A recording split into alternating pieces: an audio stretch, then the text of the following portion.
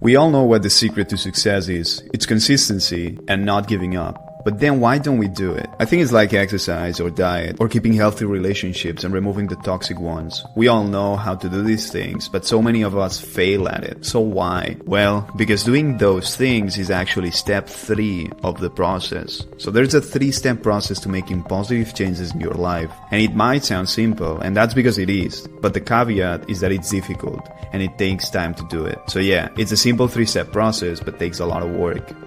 And the reason why we fail at it is that we go straight into the 3rd step, but we skip the first 2, which are the essential foundation for positive change. Think about why you failed at the things you wanted to change, but couldn't due to a lack of self-discipline or consistency. Why did you fail? I'm sure you're thinking something along the lines of lack of motivation. You weren't motivated enough to do it, you ended up quitting, you convinced yourself it wasn't worth it or important enough. Basically, you lacked motivation. Now, some people online say that motivation is BS and that what you need is discipline. They see discipline and motivation as 2 completely separate things. Personally, I think discipline is a form of motivation. Anything that pushes you to do what you want to do is a form of motivation. So by definition, I do consider discipline a form of motivation. It might not be the classic energetic motivation that you get when watching a Tony Robbins video, but it's still motivation. So how do you get that motivation to make a positive change in your life? So that's the first step, to set a clear goal of what you want to be changed and why you want that thing to be changed. You should invest a lot of time into this step.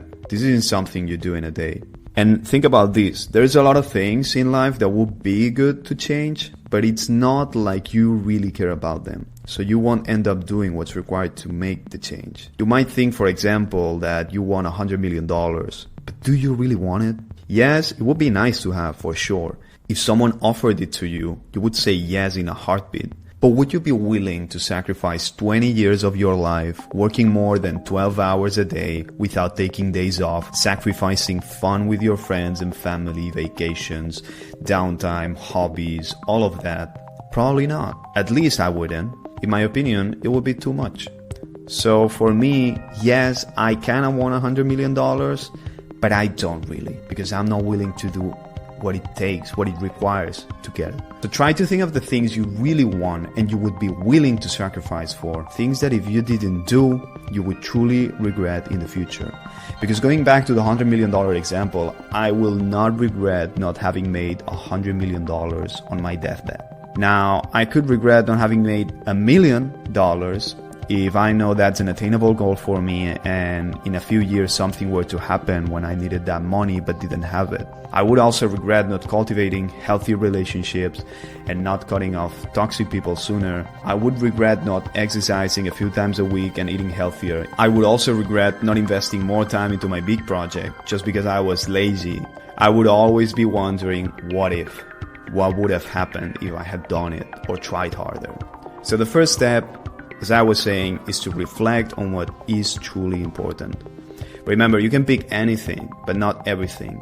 So don't pick too many of them. When you're thinking about this in your head, try to constantly think what is the most important one. So that's the first step of the 3-step process.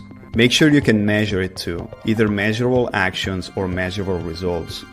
Goals with measurable results are outcome focused and they're specific and defined, and they describe what you want to achieve. These goals help you to focus on the end result, which can help to keep you motivated and on track. For example, I want to lose 10 pounds in the next 3 months is a goal with measurable results. Goals with measurable actions, on the other hand, are process focused. They describe the specific steps you need to take to achieve your goal. These goals help you to focus on the process of achieving your goal and can help to build momentum, and momentum is an important factor for motivation.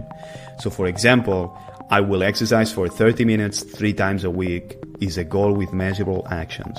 Both types of goals are important for achieving satisfaction. Measurable action goals help you to focus on the process of achieving that goal. It's recommended to set both types of goals, having a clear outcome in mind and focusing on the actions that will lead to that outcome. The problem with measurable results is that a lot of people might quit once they achieve it, or find the whole process discouraging because it doesn't feel like taking action is part of the process, or it's not fulfilling to do so. The problem with measurable action goals is that they are harder to be consistent with, as you might always find yourself wondering, what am I doing this for? So I would recommend mixing both. For example, there's a physical goal that I want to achieve in the gym right now. I set it a few months ago and I'm still working on it. The result is to be able to do 100 continuous squats with 100% of my body weight on the bar. That's the end goal. And my action goal is my weekly training routine. I do a few things to train for this, but the most important one, I do it on Mondays. And it is a very specific set of actions I need to take. Since I have both things set up, it's very easy for me to work on this and not quit. I know the outcome and I know the actions to take. I know when it happens and how. And even more important, I know why I'm doing this, which allows me to care and to push through suffering. Now that we have those goals and measurable actions and results, you need to change your belief system. And that's step number 2 of the 3-step process. You actually need to understand that it's possible for you to take action and achieve your goal. If you don't believe it, you will not achieve it. Because whenever you're trying, you'll think you're wasting your time. The way you can change your belief system is by identifying past successes and seeking support from others. I would highly recommend you read the book Awakening the Giant Within by Tony Robbins, in case you haven't read it yet, or the book Psycho-Cybernetics by Maxwell Maltz. They're both excellent on this topic and will be of more help than anything I could say on this video. Even though step 2 might seem like the simplest part of the process, I would argue it's probably the hardest. If you keep trying stuff and you keep failing, 9 out of 10 times it's not because of the goals you set or the actions or anything, but because of your belief system. So please invest the time into truly understanding this. I know for some of you this might seem like something for hippies and crazy stupid people, because sometimes they make it sound like that. I know, but please try it. It truly works, and a perspective shift on your belief system could do wonders. Think about the things you don't struggle to do,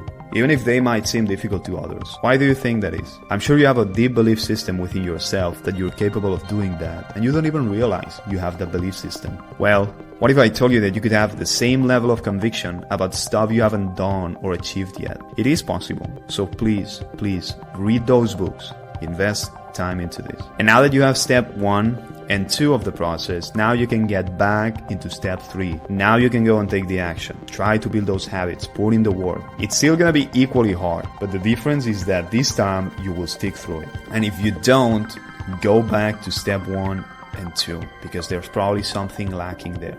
And eventually you'll get it. Now, you can try to figure out how to make money online on your own, but if you want to go straight to the right answer and learn literally the best method that exists out there as of right now that's helping complete beginners go from $0 to $1,000 a day without any previous experience, click the link in the description to sign up for this week's free workshop, and you'll learn how you can start earning a sizable income online as fast as possible. So click the link in the description now.